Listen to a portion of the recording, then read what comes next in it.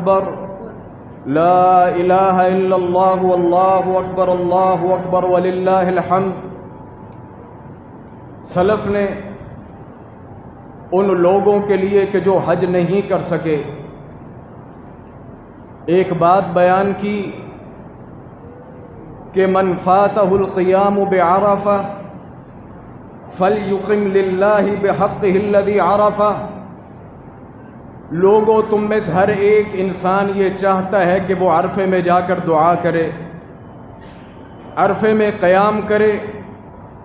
اور وہاں جا کر رب سے بخشش طلب کرے، لیکن اگر کوئی شخص وہ عرفے میں جا کر قیام نہیں کر سکا تو ہر وہ انسان اپنی جس جگہ پر موجود ہے وہیں کھڑا ہو کر اللہ کے حقوق کو ادا کر دے جو اللہ نے اس کے ذمے رکھے ہیں۔ اور جو انسان مزدلفہ میں اپنی راتیں نہیں گزار سکا وہ انسان اپنے گھروں میں اپنے علاقوں میں موجود اپنی راتوں کو رب کی اطاعت اس کی فرما برداری کے مطابق گزارے۔ اور جو انسان اپنے رب کے لیے قربانی مینا میں ذبح نہیں کر سکا وہ انسان اپنی ان خواہشات کو، ان تمناؤں کو جو رب کے مخالف ہیں ان کو اپنے ہی جگہ پر وہیں ذبح کر دے۔ اگر کوئی انسان اپنے گھر میں رہ کر بھی یہ کام کر جاتا ہے تو یاد رکھیں کہ اللہ رب العالمین کے بخشش اسے خوش آمدید کہنے کے لیے تیار ہے۔ آج کی بہترین اور سب سے بڑی عبادت وہ قربانی۔ قرآن نے کہا فَصَلِّ لِرَبِّكَ وَانْحَرْ، اے نبی میرے لیے ہی نماز پڑھ اور میرے لیے ہی قربانی کر۔ اور رسول اللہ صلی اللہ علیہ وسلم نے امت کو تعلیم دی قُلْ إِنَّ صَلَاتِي وَنُسُكِي وَمَحْيَايَ وَمَمَاتِي لِلَّهِ رَبِّ الْعَالَمِينَ، اے نبی ان لوگوں کو بتائیے، ان کے ذہنوں میں اس سبق کو راسخ کر دیجئے کہ ہمارا اول بھی اللہ کے لیے ہے اور ہماری آخرت بھی اللہ کے لیے ہے۔ ان صلاتی، ہماری نماز اور ہماری ایک ایک عبادت صرف اللہ کے لیے ہے، کسی اور کے لیے نہیں ہے۔ وَنُسُكِي، ہماری قربانیاں اللہ کے لیے ہیں، ہم کبھی غیر اللہ کے لیے خون نہیں بہایا کرتے۔ وَمَحْيَايَ، اور ہماری زندگی کا ایک ایک سانس وہ اللہ کے لیے ہے، وہ اللہ کی نافرمانی میں نہیں جا سکتا۔ وَمَمَاتِي لِلَّهِ رَبِّ الْعَالَمِينَ، لوگوں اس چیز کو سمجھ لو کہ زندگی کے چلنے والے سانس بھی اللہ کے لیے اور یہ زندگی کے ختم ہونے والے سانس بھی اللہ کے لیے ہیں۔ لا شریک لہ، یاد رکھیں اس کا کوئی شریک نہیں ہے۔ اللہ اکبر۔ جناب ابراہیم علیہ السلام کا قصہ آپ نے بڑا سنا ہوگا۔ جناب ابراہیم نے کیا کیا کہ بڑھاپے میں جو بیٹا ملا اس بیٹے کے گلے کے اوپر چھری چلائی۔ کس لیے؟ تاکہ یہ امت کو سبق دیا جائے کہ لوگوں رب کے لیے ردی چیز نہیں دی جاتی، رب کے لیے وہ چیز دی جاتی ہے جو انسان کو عزیز تر جان ہوا کرتی ہے، جو انسان کی جان کا خلاصہ ہو، جو انسان کی زندگی کا خلاصہ ہو، جو انسان کی زندگی کی محبوب ترین چیز ہو۔ اگر کچھ رب کے لیے خرچ کرنا چاہتے ہو تو پھر افضل ترین چیز خرچ کیا کرو۔ لن تنالوا البر حتى تنفقوا مما تحبون، ہم جو چیز اضافی وہ رب کے لیے، جو ناقابل استعمال وہ رب کے لیے،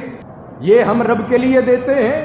جناب ابراہیم علیہ السلام نے ہمیں سبق دیا اپنے بیٹے کو ذبح کر کے کہ جو سب سے محبوب ترین چیز ہو رب کے لیے اس چیز کو خرچ کرنا چاہیے۔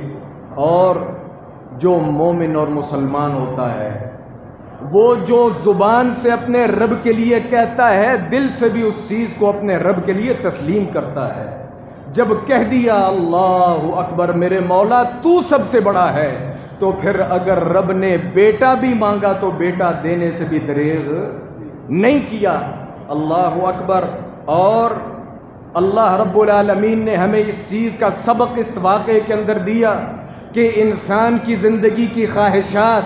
اس کی ضرورتیں، اس کی تمنائیں، حتیٰ کہ وہ چیز کے جس کے اوپر اس کی دنیا قائم ہے، اگر رب کی بات اس کے مقابلے میں آ جائے تو اپنی زندگی کی ہر چیز اس کی راہ پر دینے سے انسان کو دریغ نہیں کرنا چاہیے۔ اللہ تعالیٰ نے قرآن کریم کے اندر یہی بات ارشاد فرمائی، لِلَّذِينَ اسْتَجَابُوا لِرَبِّهِمُ الْحُسْنَى، لوگو تم سمجھتے ہو کہ جنت لینی آسان ہے؟ یاد رکھو جنت صرف ان لوگوں کے لیے ہے، لِلَّذِينَ اسْتَجَابُوا، کہ جن لوگوں نے جہاں جس موقع پر جس حالت میں بھی رب کا حکم سن لیا، استجابوا، انہوں نے اپنے سروں کو جھکا دیا، والذین لم یستجیبوا لہ، اور جو لوگ رب کی بات سن کر اس کے سامنے اس کی اطاعت نہیں کرتے، لو ان لہم ما فی الارض، غور سے سنیں قرآن کی آیت کا ترجمہ۔ ہم کہتے ہیں کوئی بات نہیں، وہ اللہ کے رسول کا حکم ہے، سنت ہی تو ہے نا، یہ کون سا کوئی فرض ہے، ساری دنیا ہی کر رہی ہے نا، فلاں مولوی نے یہ فتویٰ دیا ہوا ہے، والذین استجابوا لربہم الحسنى والذین لم یستجیبوا لہ، جن کے سامنے رب کا حکم آیا اور وہ نہیں مانے، لو ان لہم ما فی الارض جمیعا ومثلہ معہ لافتدوا بہ من سوء العذاب یوم القیامہ، جنہوں نے رب کے واضح حکم کو دیکھتے ہوئے اس کو نہیں مانا، کل قیامت کے دن پوری دنیا اپنی پورے خزانوں سمیت اور اس جیسی پوری دنیا بھی اگر وہ اپنے آپ کو جہنم کے فدیے، جہنم میں داخلے سے فدیے کے طور پر دے کر آزاد ہونے کی کوشش کریں گے تو ان کے یہ فدیے قبول نہیں ہوں گے۔ والذین لم یستجیبوا لہ، میں سب سے پہلے اپنے آپ سے، میرے سامعین اپنے آپ سے پوچھیں، اور کتنے وہ قرآن کے حکم ہیں جو ہم جانتے ہیں لیکن مانتے نہیں، اور کتنی وہ اللہ کے رسول صلی اللہ علیہ وآلہ وسلم کی حدیثیں ہیں جو ہمارے سامنے ہیں لیکن ہم مانتے نہیں۔ اور ہم نے کس چیز کو ایمان سمجھ رکھا ہے؟ قرآن تو مومن ان لوگوں کو کہتا ہے، قل، اے نبی نے کہو، مومن ہو تو پھر یہ شرطیں اپنے سامنے رکھو، ان کان آباؤکم، تمہارے باپ، وابناؤکم، تمہارے بیٹے، واخوانکم، تمہارے بھائی، وعشیرتکم، تمہارے قوم اور یہ قبیلے، واموال اقترفتموہا، تمہاری یہ زمینیں، یہ جائیداد اور یہ بینک بیلنس، وتجارت تخشون کسادہا، تمہارے یہ کھڑے کیے ہوئے بڑے بڑے بزنس امپائر، لو تخشون کسادہا ومساکن ترضونہا، اور تمہارے بنائے ہوئے بہترین بنگلے، احب الیکم من اللہ ورسولہ، ان میں سے جہاں کوئی چیز رب کے سامنے آ کر کھڑی ہو گئی اور تم نے رب کے رستے کو چھوڑ کر باپ کا رستہ اختیار کیا، بھائی کا کیا، قوم کا کیا، قبیلے کا کیا، بینک دولت کا کیا، اپنی اس دنیا کی جھوٹی سطوت اور کرسی کا کیا، فتربصوا، تو پھر انتظار کرو، حتی یأتی اللہ بامرہ، رب کا عذاب تمہارے پر کسی وقت بھی آ سکتا ہے، فتربصوا حتی یأتی اللہ بامرہ واللہ لا یہدی القوم الفاسقین، رب منافق لوگوں کو پسند نہیں کرتا